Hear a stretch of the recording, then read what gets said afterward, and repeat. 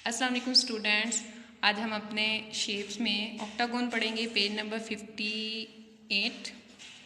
ठीक है, यहाँ पे हम ऑक्टागोन को रीड करेंगे। आया मैं ऑक्टागोन, मैं एक ऑक्टागोन हूँ।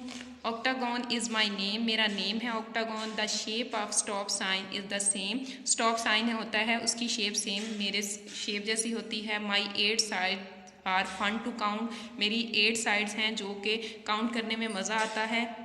How about you try it out, आप इसे कैसे ट्राई करेंगे। जैसे ये इसकी हैं 8 साइड्स, 1 2 3 4 5 6 7 एंड 8, ये इसकी 8 साइड्स होगी। ये देखें यहाँ पे एक और शेप है हमारे पास वेलकम की, 1 2 3 4 5 6 7 एंड 8 साइड।